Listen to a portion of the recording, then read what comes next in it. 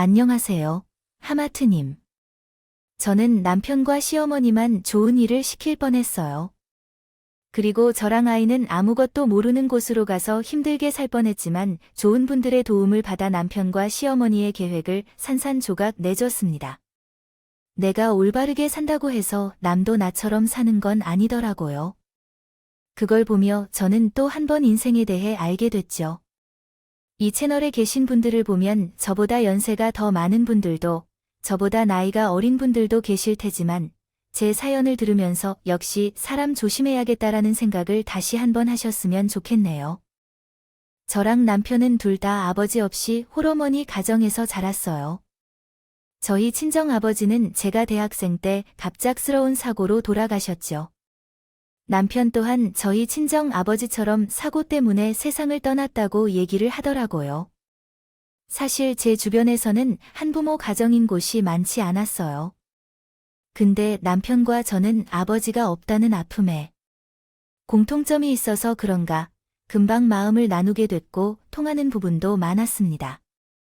그래서 저희는 결혼을 하고 나서도 양과 어머님들을 시켜 여행도 다니고 맛있는 음식 좀 찾아다니고 이번에 우리 집 근처에 식당 하나 새로 생겼던데 당신 가봤어?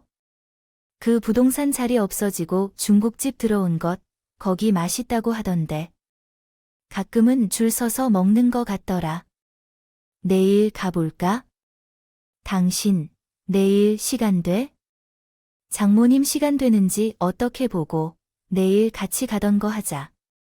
장모님 중국 음식 좋아하잖아. 우리 장님 모시고 왜 안 된 거 같아서 한 벌러 가야겠다 생각했거든. 어머님도 한번 여쭤볼까? 어차피 어머님도 식사하된다면 같이 먹는 것도 좋잖아. 저희 친정엄마와 시어머니가 연령대도 비슷하셔서 그런가 저희만큼은 아니지만 그래도 잘 맞으시는 편이었어요. 그래서 저희가 다 같이 다닐 수 있었죠. 아버지는 없었지만 그래도 이런 시어머니와 남편을 만나 우리 친정 엄마도 지하는을 보내실 수 있어 감사하다는 마음이 있었습니다. 결혼하고 서너 개월 정도 됐을 때였나 제가 임신을 하게 됐어요. 양과 어머님들이 너무 좋아해 주셨고 저를 양옆에서 물씬 양면으로 챙겨주셨습니다. 아무래도 제가 임신을 하다 보니 양과 어머님들이 더 자주 저희 집에 놀러 오시곤 했어요. 그래서 저희 집은 항상 적죠. 신이로는 친정 엄마랑 단둘이 살아서 이렇게 북적이는 기운을 느껴본 적이 없었는데 시어머니, 친정 엄마 그리고 저랑 남편 내쉬어 버리는 시간이 많아서 그런가 언제나 풍족한 기분이 들었습니다. 시어머니는 제가 먹고 싶다는 음식을 항상 기억하셔서 사다 주시곤 했어요. 가끔은 친정 엄마가 둘이나 있는 기분이 들 때도 있었죠. 내가 저번에 폭했잖아. 그래서 내가 아는 사람 통해서 우리 며느리 임신해서 그러니까 예쁜 복숭아를 골라서 보내달라고 했다. 어머니, 감사해요. 매번 이렇게 챙겨주셔서 제가 부족함 없이 먹네요. 나한테 감사하면 우리 아들을 잘 챙겨줘. 부부 사이가 좋아야 되는 거야. 나는 바라는 거 하나 없어. 너희만 행복하면 돼, 어머니. 상부부 사이가 좋아야 한다는 말씀을 입에 달고 사셨어요. 아무래도 시아버지를 일찍 보내셔서 그러시나 보다 생각도 들었죠. 그래서 아이를 낳고 나서도 양과 어머님들과 행복한 하루하루를 보내면서 이런 날들이 계속될 거라고 생각은 했는데 예상치 못한 일의 시작으로 조금씩 이 관계가 틀어지기 시작했습니다. 저는 아이를 낳고서 친정어머니와 시어머니의 도움을 받아서 직장 생활을 할 수 있었어요. 아무래도 요즘 세상에 외벌이로 생활하기가 어려우니 어떻게든 돈을 벌려고 했죠. 친정 엄마가 아이를 봐주시는 날에 제가 회사 일이 금방 마무리되어 빨리 집에 도착한 날이었어요. 근데 친정 엄마다 한색이 많이 안 좋아 보이는 것이 눈에 있었어요. 띄어쓰기를 한 후에도 계속 잔기침을 하시더라고요. 걱정이 되어 친정 엄마한테 몸이 안 좋냐고 여쭤봤어요. 엄마, 왜 이렇게 얼굴이 안 좋아? 어디 아파? 오늘 하랑이가 말을 잘 안 들었어. 우리 손주가 말을 잘 안 듣기는 예쁘기만 했는데. 원래 나이 들면 이것저것 아파. 요즘 잠을 설쳐 그런가 피곤해서 그래. 그럼 내가 내일 휴가 내고 해볼 테니까 병원에 좀 가봐. 너 요즘 바쁘다며 괜찮아. 주말에 좀 푹 자면 차늘 거야. 내가 직장 생활을 하는 것 때문에 친정엄마가 너무 고생하나 싶은 생각이 들었어요. 그래서 며칠 휴가를 내고 제가 애를 보면서 친정엄마를 모시고 병원에 들렀습니다. 친정엄마 말대로 피곤해서 그런 거면 보약한 채 지어드리려고 했거든요. 근데 병원에서 충격적인 말을 듣게 됐어요. 조금 더 큰 병원으로 가셔서 대로사 받아보시는 게 좋을 것 같습니다. 제가 소견서 써 드릴 테니까 최대한 빠른 시일 안에 큰 병원에 가보세요. 네, 그게 무슨 말씀이세요? 저희 엄마가 많이 안 좋으신 거예요. 지금 뭐라고 말씀드리긴 조심스럽지만 악성으로 보이긴 하거든요. 큰 병원 가셔서 조직 검사해보시는 게 좋을 것 같습니다. 의사 선생님 말씀에 시어머니께 급하게 연락을 드렸어요. 아무래도 큰 병원에 가야 하니 아이를 데리고 가는 것보다는 맡기는 게 나을 것 같다는 생각이 들었거든요. 그렇게 친정 엄마를 모시고 대학 병원을 찾았습니다. 근데 처음 간 병원에서 한 말 그대로 친정 엄마는 아이였어요. 그 말을 듣는데 왜 나한테만 이런 일이 생기나 싶은 생각이 들었습니다. 하지만 요즘에는 아무리 이기는 분들도 많으니까 옆에서 친정 엄마 병으로 해야겠다고 마음을 먹었죠. 만약 엄마를 보내는 상황이 오더라도 제가 할 수 있는 건 다 있습니다. 해드리고 싶은 마음이었어요. 아이를 데리고 가니 시어머니가 도대체 무슨 일이냐며 물어보셨어요. 내가 갑자기 애를 맡긴다 해서 내가 얼마나 놀랐는지 알아? 사돈평원에 간다 했잖아. 왜 무슨 일 때문에 그러는 거야? 나도 한테 전화 받고 깜짝 놀랐어. 무슨 일 있었어? 남편도 시어머니의 연락을 받았는지 시댁에 함께 있었어요. 어차피 남편한테 해야 될 말도 있었기에 시어머니가 계신 자리에서 회사를 그만둬야겠다는 말을 했습니다. 엄마가 몸이 안 좋아 보여서 모시고 병원에 갔는데 큰 병원에 가서 검사해보라고 하더라고요. 그래서 어머님한테 급하게 연락드린 것이었어요. 아무래도 애들이랑 친정 엄마 병원 다니는 게 어렵겠더라고요. 병원이란 곳이 애한테도 안 좋을 테니까요. 아니 사돈이 어디가 안 좋으신데? 저번에 내가 뵀을 때는 안색이 안 좋지도 않으셨는데 모르겠어요. 갑자기 안색도 너무 안 좋아지고 장기침을 계속 하셔서 병원 가서 별일 아니면 한약 한 채 지어드리려고 했거든요. 근데 암이라고 하시네요. 암, 어디가, 어떻게 안 좋으신데? 그래도 심한 건 아니지. 요즘에는 그런 거 치료도 잘하잖아. 그래서 말인데, 나 회사 그만두고 친정 엄마 병간호 해드리려고. 괜찮아지면 다행이지만 혹시나 상태가 더 안 좋아지면 내가 병간은 못 해드린 게 한해 될 것 같아서.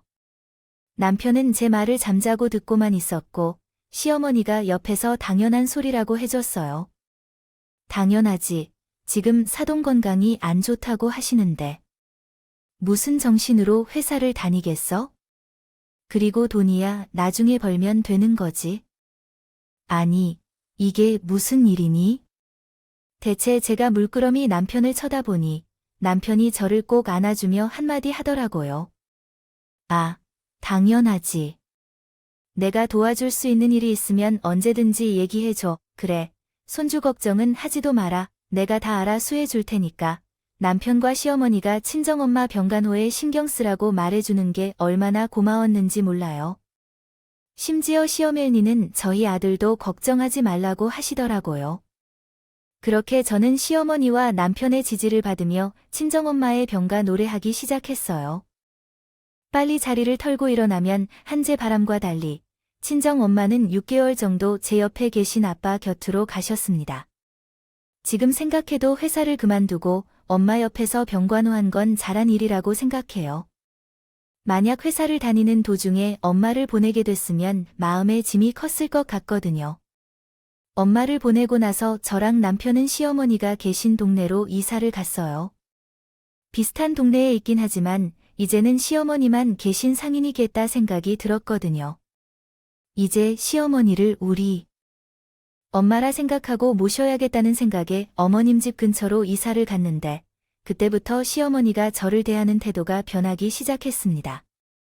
몇 번은 내 기분 탓인가 싶은 적도 있었는데 그날은 기분 탓이 아니라는 걸 알게 됐죠. 아침부터 저희 집에 찾아오셔서는 저한테 잔소리하기 시작했어요. 너는 언제까지 집에 있을 거야? 요즘 세상에 왜 벌이가 말이 되니? 주방 청소도 안 해. 봐라 찾아서 해봐네. 저희 그 정도로 생활이 힘들진 않아요.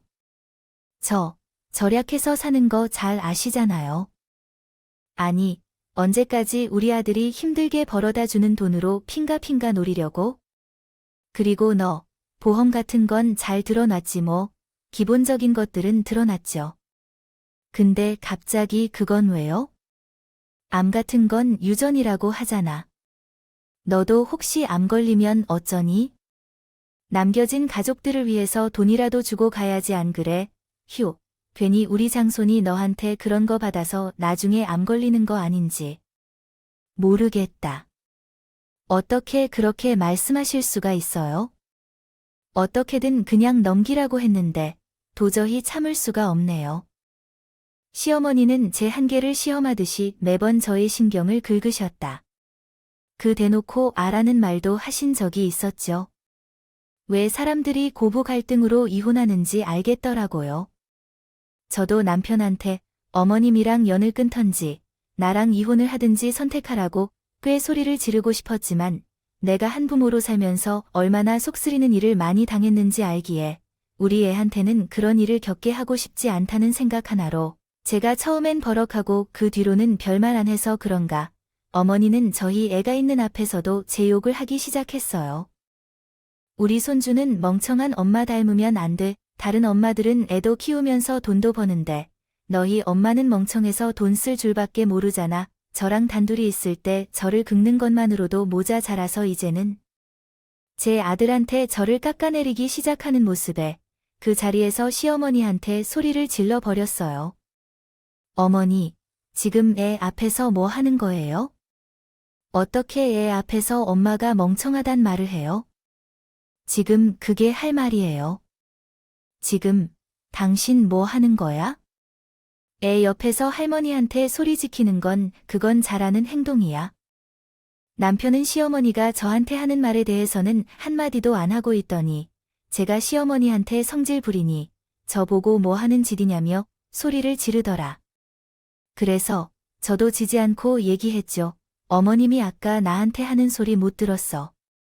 어떻게 애 앞에서 엄마가 멍청하단 말을 하실 수가 있어? 엄마가 틀리게 말했어. 당신 돈 못 벌는 거 맞잖아? 그 말이 기분 나쁘면 당신이 돈을 벌든가. 성질머리하고는 나한테도 모자라서지. 서방한테 버럭버럭 소리 지키는 거 봐라. 애 앞에서 행동이 그게 뭐야? 아주 애미애비가 없어서 그런가 하는 꼴하지. 하고는 어머니, 지금 뭐라고 하신 거예요? 저한테 당장 사과하세요. 제가 시어머니한테 고래고래 소를 지르며 당장 사과하라고 하니 남편이 저보고 그만 좀 말하라고 하며 저를 붙잡았습니다. 내가 여태까지 말을 안 해 그렇지? 당신, 우리 엄마가 하는 말 한마디에 한마디 대고 하는 것도 꼴보기 싫었어. 왜 이렇게 사람이 드세진 거야? 내가 드세졌다. 어머님이 나한테 한 행동은 생각 안 해? 엄마가 그래서 당신이 뭐 고분고분 받아준 적이 있어? 매번 쌈달처럼 받아쳤잖아. 당신이랑 더 이상 살고 싶지 않으니까 이혼하자. 남편 입에서 이혼 소리가 튀어나왔어요. 근데 그 말을 듣던 시어머니도 맞장구를 치더군요. 그래, 나도 이렇게 바락바락 대드는 면이 필요 없다. 우리 아들이 힘들게 돈 버는 거 펑펑 쓰는 것도 꼴보기 싫었는데 이혼해라. 요즘 세상엔 이혼도 흠이 아니란다. 내 편 하나 안 들어주는 남편과 시어머니의 달림에 지쳤던 저도 이혼이 맞겠다는 생각을 하게 됐어. 그래서 남편한테 이혼하자고 하니 기다렸다는 듯이 그렇게 하자고 하더라고요. 저는 다른 것보다는 아이를 데리고 오고 싶었어요. 그래서 양육권에 대해 얘기했죠. 애는 내가 키울게. 어차피 지금까지도 내가 키웠거든. 가끔 이혼하시고 양육권 때문에 결국 이혼 소송을 하게 되는 경우도 있다고 해서 저 역시 긴장하게 됐어요. 아무래도 저희 애가 아들이었으나 시어머니나 남편이 양육권을 가져가겠다고 하면 저 또한 소송을 준비해야겠다고 생각도 했습니다. 근데 옆에 계시던 시어머니가 먼저 알겠다고 하셨어요. 그래, 우리가 너한테 양육권을 넘겨줄 수 있지만 대신 조건이 있다. 다른 지역으로 이사를 가든지 해서 우리 동네에서 멀리 떨어진 곳에서 살아라. 창피하니까 시어머니 입에서 조건 얘기가 나올 때는 저도 모르게 긴장이 되더라도요. 혹시 양육비를 안 준다는 건 아닐까? 난 별의별 생각을 했는데 그냥 동네 창피하니 다른 지역으로 가라는 말씀이었어요. 어차피 저도 이혼한 마당에 한 동네에서 살지 않아도 되겠다는 생각이 들어서 알겠다고 했죠. 그리고 나서 어느 정도 위자료를 받으며 합의 이혼을 하게 됐어요. 합의가 되었음에도 불구하고 바로 이혼이 되는 건 아니더군요. 아이가 있어 그런가 숙려 기간을 거친 후 결정해야 된다고 해서 그 기간을 지내고 있었어요. 하지만 어차피 저와 남편이나 이혼을 할 생각이어서 저는 아들과 둘이 이사갈 곳을 알아보고 있었죠. 다른 것보다 아이 어린이집에는 일찍 말을 해야겠다 생각이 들어서 어린이집에 찾아갔습니다. 저를 보시고는 반갑게 인사하는 선생님을 보니 마음 한이 쓰려왔어요. 다름이 아니라 제가 어린이집으로 옮겨야 될 것 같아서요. 제 말을 듣고 놀란 선생님이 우선 원장실로 자리로 옮겨 저를 데리고 갔어요. 그리고는 무슨 일이 있냐고 물어보셨습니다. 혹시 어떤 것 때문에 그러세요? 저희가 부족한 부분이 있어서 그러신 걸까요? 아니에요, 선생님. 선생님께서 저희 애를 얼마나 챙겨주는지 아는데요. 그런 것 때문에 그런 거 아니에요. 저도 모르게 말끝이 흐려지더니 반갑게 인사를 해주시면서 어쩐 일이냐고 물어보셨죠. 너무 좋으신 선생님들이 있는 곳을 떠나야 된다 생각에 저도 모르게 눈물이 찔끔입니다. 그 모습을 보던 원장 선생님과 선생님 역시 당황하셨죠. 다른 게 아니라 제가 이혼을 하게 됐어요. 아이를 키우고 싶으면 다른 지역으로 가라고 해서 어쩔 수 없이 이사를 가야 돼요. 저희 아이가 여기 어린이집도 너무 좋아하고 선생님들도 좋으신 분들이라 여기에서 졸업도 하고 싶었는데 저 때문에 애가 다시 적응해야 되니 미안한 마음뿐이네요. 그동안 감사했다고 인사라도 드리는 게 맞는 것 같아 이렇게 찾아본 거예요. 정말 감사했어요. 제 말이 듣던 원장 선생님이 낮은 목소리로 어떻게 그러실 수가 있냐고 말하기 시작했어요. 애들이 어린이집 옮겨서 적응을 잘할 수도 있지만 어머님 아시잖아요. 하랑이는 적응하는데 시간도 많이 걸리는데 알죠. 그래서 저도 되도록이면 어린이집에 있는 것을 원했는데 상황이 이렇게 됐네요. 옆에서 얘기를 듣던 선생님이 저를 물끄러미 쳐다보더니 이혼은 누가 원해서 하는 거냐고 묻더라고요. 사실 어떻게 보면 상당히 기분 나쁜 혹은 민감할 수도 있는 질문일 수도 있었지만 제가 그 선생님을 꽤 오래 봤거든요. 선생님이 늦게까지 아이도 봐주고 하셔서 제가 몇 번 따로 감사하다고 인사드린 적도 있고 자주 이야기하며 가깝게 지냈기에 이혼은 누가 먼저 하냐 질문에 그냥 솔직히 대답하자 생각했습니다. 이혼 이야기는 남편이 먼저 했어요. 옆에서 시어머님은 이혼하라고 그 자리에서 부추겼고 사실 그때 받은 충격도 커서 그런지 결혼 생활은 접는 게 맞다고 생각해서 원만하게 합의 이혼으로 정리하는 중이에요. 그러자 그 선생님은 저에게 무슨 말을 하려다가 멈칫하더니 순간 자리에서 조용히 일어나 어떤 작은 상자를 하나 가져오셨어요. 웬 자인가 싶어서 봤는데 저희 아이가 그린 그림, 일기들이 있더군요. 한 학기에 한 번씩 아이가 주말마다 그림일기를 엮어서 보내주시는 걸 알고 있어서 저희 아이 그림일기를 저한테 주시려고 가져다 주신 줄 알았습니다. 근데 선생님이 저한테 그림 일기를 내주시면서 누군지 알겠냐? 고 물어보셨어요. 아이가 그린 그림을 보니 여자로 보이는 사람이 둘이 있더군요. 흰색 머리와 검은 머리길래 당연히 저랑 시어머니를 그렸다고 생각했어요.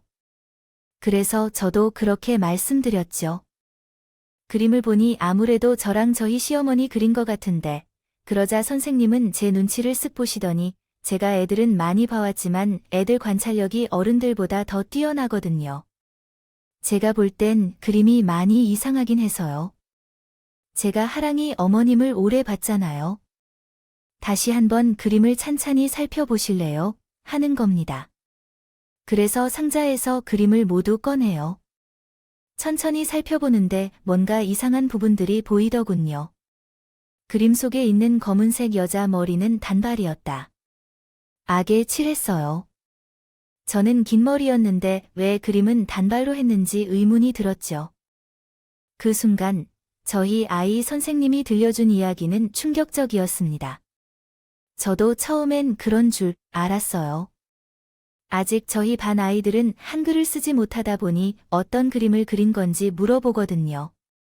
그래서 제가 그때 할머니랑 엄마 그린 거냐고 물어보니 하랑이가 저보고 할머니는 엄마 싫어한다고 하면서 이 사람은 새엄마라는 말을 했었어요. 그래서 순간 이상하다 생각이 들어서 어머님한테 말씀드릴까 했는데 어떻게 말을 꺼내야 될지 몰라서 이렇게 갖고만 있었네요. 네, 새엄마요?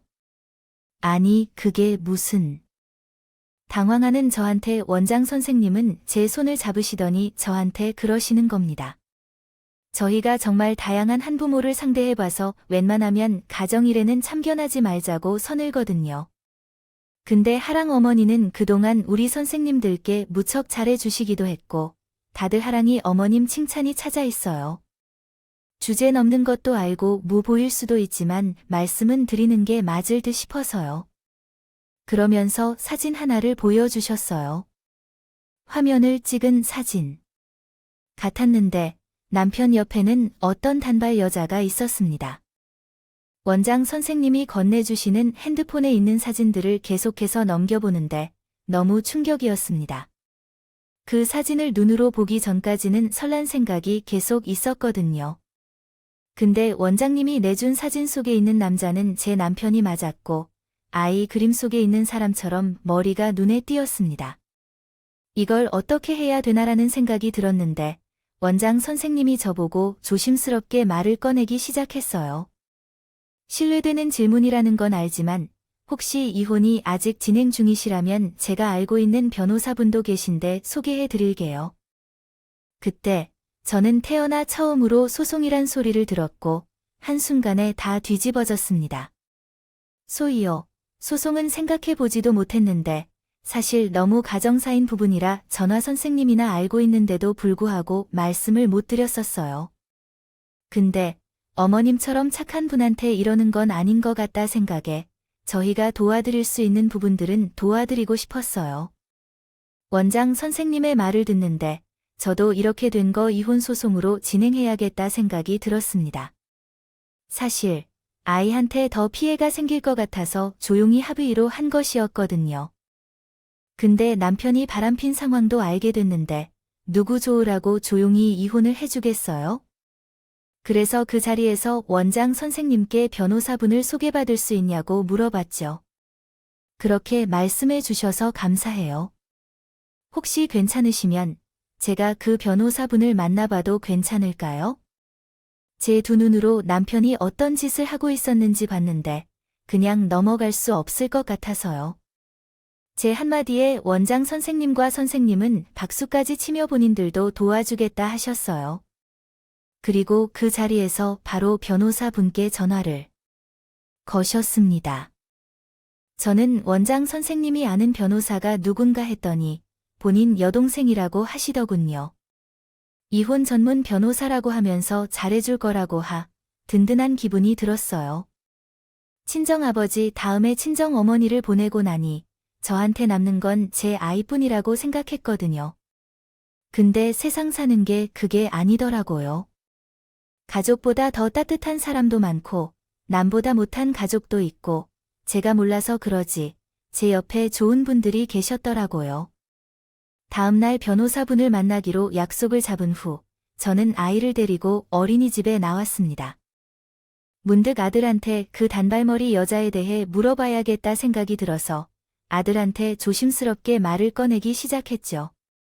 우리 아들, 아까 선생님이랑 이런저런 얘기하다가 우리 하랑이가 그린 그림을 보여줬는데 흰머리 여자랑 검은 머리 여자가 있었어.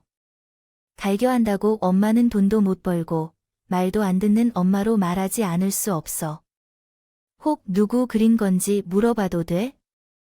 할머니가 말하지 말라고 하고 말하면 혼난다고 했어. 어린 아들한테 뭐라고 말했는지 애기는 기가 죽어서 말할 수 없다고 했어. 속에서 천불이 올라왔지만 아들한테 티내지 않고 타이트하게 입을 다물고 말을 했어. 아들은 계속 제 눈치를 보며 말을 해야 될까 말아야 될까 고민하는 것처럼 보였어. 제가 웃으며 우리 둘이 비밀로 하는 것에 대해 물었지만 없이도 올 때까지 갔어. 엄마가 할머니한테 말 안 할게 우리 둘이 비밀로 하자 어때고 제 말을 들은 아들은 비밀이라면 할머니가 모를 수도 있으니 우리 둘의 비밀이라고 말하기 시작했어. 할머니가 나보고 새 엄마라고 했어. 엄마는 돈도 못 벌고 말도 안 듣고 그래서 다른 엄마로 데려왔다고 나도 할머니 말 안 들으면 엄마도 못 보게 하고 아빠도 못 보게 한다고 했어. 애한테 어떻게 이런 말을 말하지? 할 수 있나 싶더라고요. 당장 시어머니와 남편을 찾아가 어떻게 애한테 그럴 수 있냐고 난리를 치고 싶었지만 당장 다음날 변호사를 만나기로 되어 있으니 다음날이 되기만을 기다렸습니다. 아이를 어린이집에 보내고 아이 원장님이 소개해준 분을 찾으러 갔어요. 대충 얘기를 들어본 듯 해보였지만 저한테 자세히 말씀해 달라 하시더라고요. 그래서 제가 시어머니한테 시달리게 돼서 이혼을 하려고 했는데 애도 있고 그래서 합의 이혼을 진행 중일 때 어린이집 선생님들께 감사 인사라도 드리고 싶어 찾아갔다가 남편 바람 사실을 알게 되었다고 털어놨죠. 변호사는 이것저것 적기 시작하더니 저보고 소송을 같이 진행하자고 말씀하셨어요. 근데 제가 누군지 몰라도 상관 소송을 할 수 있나요? 특정하는 사람이긴 해야 돼요. 이름이나 전화번호 아는 거 있으신가요? 저는 건너는 것뿐이라 그리고 전달받은 사진밖에 없어서요. 남편분은 따로 안 만나시나요? 소송을 진행한다는 식으로 흘리시면 남에서 을 하거예요. 그때 좀 더 증거를 잡는 것도 좋을 것 같아요. 우선 이혼 소송을 진행하는 도중에 상간녀에 대한 정보를 알게 되면 추가로 진행하자 하시더라고요. 그래서 알겠다 말씀드리고 남편을 찾아갔어요. 그리고 남편한테 바람 피는 거 알고 있다고 얘기했죠. 너 딴 여자 만나고 다더라.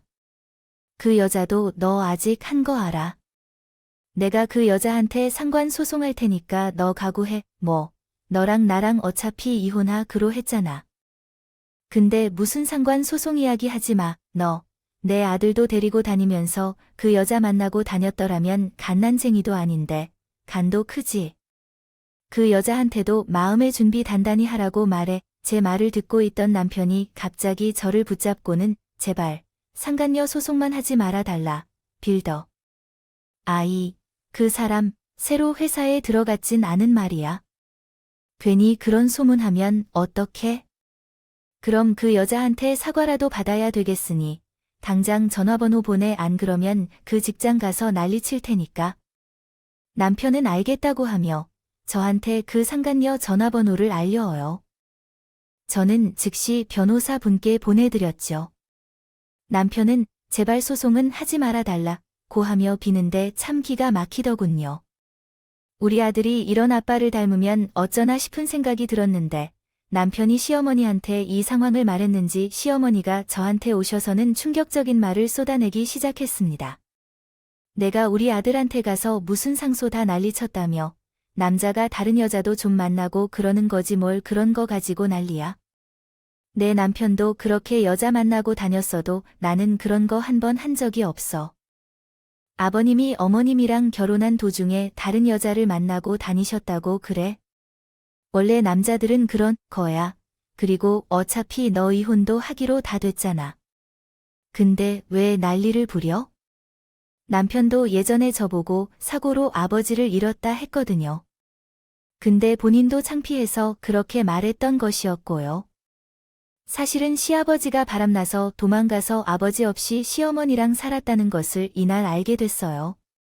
그래서 시어머니도 저보고 부부 사이가 좋아야 한다는 말씀을 자주 하셨던 것이었죠. 부전자전이라는 말을 여기에다 쓰는 잘 모르겠지만 어떻게 이렇게 닮을 수 있나 싶은 생각이 들었습니다. 시어머니는 오히려 저한테 적반하장으로 어차피 이혼하기로 한 거 아니냐? 근데 무슨 상간녀 소송을 한다고 난리를 치냐? 하시더라고요. 변호사님이 상간녀 소송도 같이 하자고 해서 하긴 했지만 어떤 사람인지 보지도 못했으니 이걸 해야 되나 싶은 생각도 있지만 시어머니가 난리치는 걸 보니 꼭 해야겠다는 생각이 들었습니다. 그렇게 이혼 소송으로요. 바뀌게 되자 남편은 제가 아닌 시어머니에게 짜증을 부리더니 대뜸 그러더라고요. 아이 몰라. 이거 엄마가 책임져. 돈이며 뭐며 엄마가 알아서 해결하라고. 그게 무슨 소리야? 어머님이 당신 바람을 왜 책임져? 너, 마마보이야. 정말 가지가지 한다. 남편은 마마보이라는 말에 정색을 하더니 성질을 부리는 겁니다. 마마보이는 무슨? 나는 그때도 분명히 만나기 싫다 했어. 근데 엄마가 한 번만 만나보라고 떠밀었나? 그럼 만나고 끝내지. 왜 여태까지 만나고 다녔어?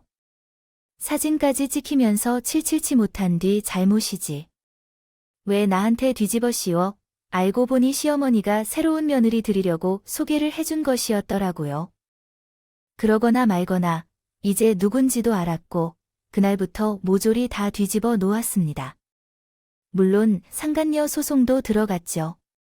그 여자가 찾아와서 자신은 전혀 몰랐다며 사정하는데 원망을 하려거든 내 남편이나 시호에게 하라고 내 입장선 소송 거는 맞고 내 담당 변호사랑 이야기가 끝났다고 위자료나 준비하라고 쏴붙었습니다.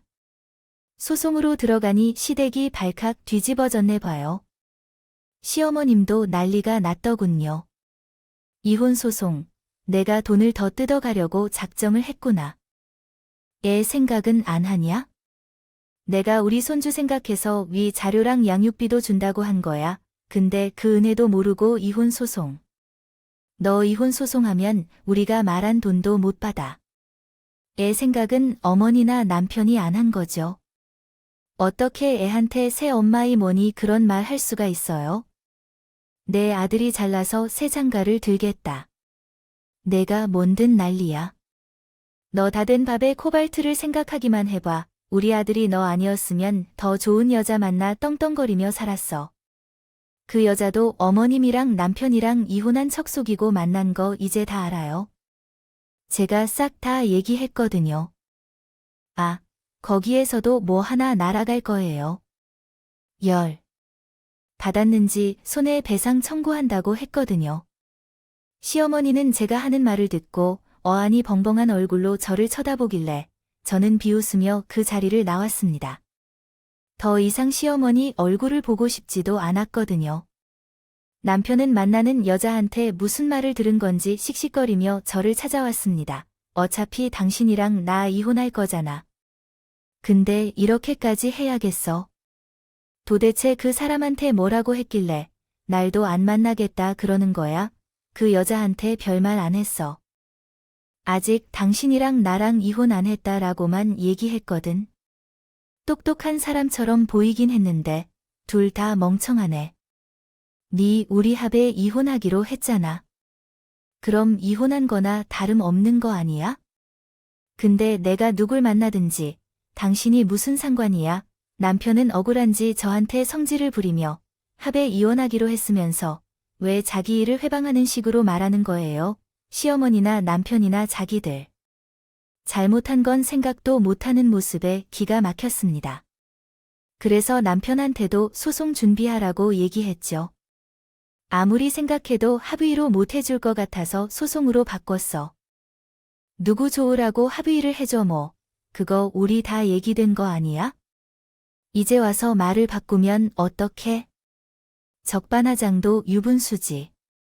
내가 뭘 잘못해서 우리 애랑 다른 지역으로 가야 되는데 가고 싶으면 당신이 가던가 해. 어차피 곧 있으면 당신 바람핀 거 소문 다 나서 이 동네에서 얼굴도 못 들고 다닐 텐데. 제가 이혼 소송을 진행하며 그 동네에 소문이 쫙 났어요. 우리나라 사람들 남 얘기하는 거 정말 좋아하잖아요. 저희 시어머니가 그 동네에만 20년 정도를 사셔서 생각보다 아는 분들이 많거든요. 그런 분들도 수근수근 거리니 하루는 시어머니랑 남편이 저한테 찾아와서 잘못했으니 제휘 사람들한테 그게 아니라고 말 좀 해달라고 하더군요. 내가 요즘 사람들이 무서워서요. 밖으로 못 나가. 내가 지나갈 때마다 어찌나 수근거리는 내가. 한 번만 그런 거 아니라고 말 좀 해주면 안 되니? 당신랑 나랑 이혼한 거 내가 바람나서 그런 거 아니잖아. 근데 내가 왜 그런 소리를 들어야 돼? 당신이 바람펴서 이혼한 건 아니었지. 어머님이 계속 나를 못살게 굴고 당신도 어머님 편드는 모습에 지쳐서 내가 이혼하자고 한 거였는데.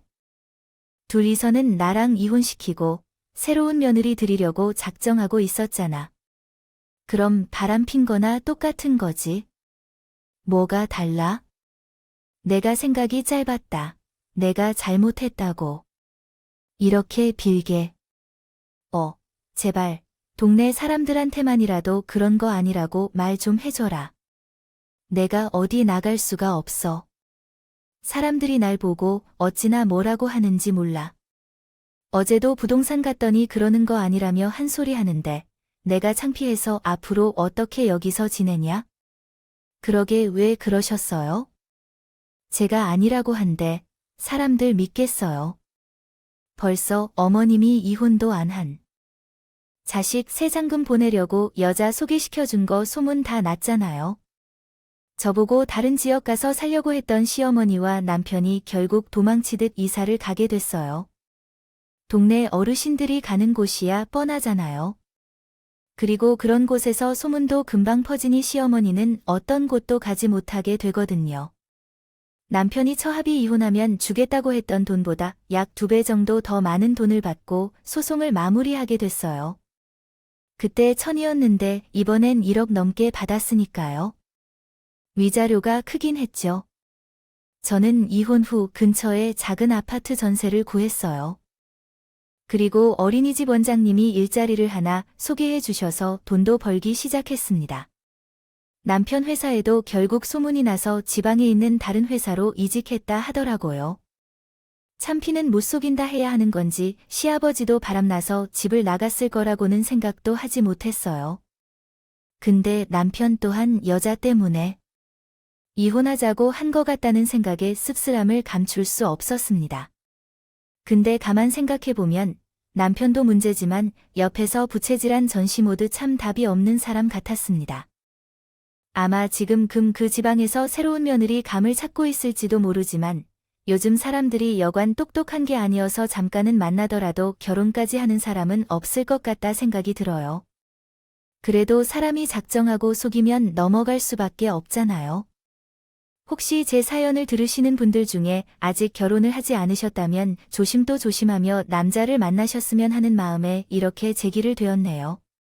저 혼자 아들을 키워야 하는 마음에 걱정도 많았지만 좋은 분들이 주변에 많아서 그런가 나름 행복한 날들을 보내고 있습니다.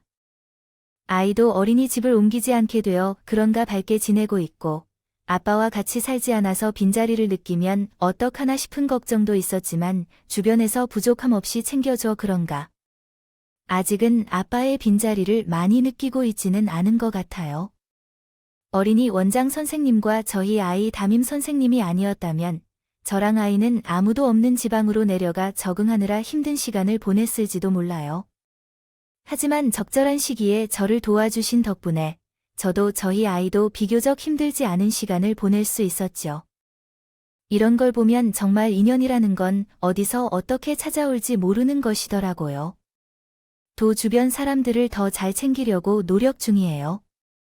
제 사연을 들어주신 모든 분들께 좋은 사람들만 가득하기를 바라며 이만 제 사연을 마무리하도록 할게요. 감사합니다. 오늘도 저희 채널에 와주셔서 감사드립니다. 더 좋은 이야기로 찾아뵙겠습니다.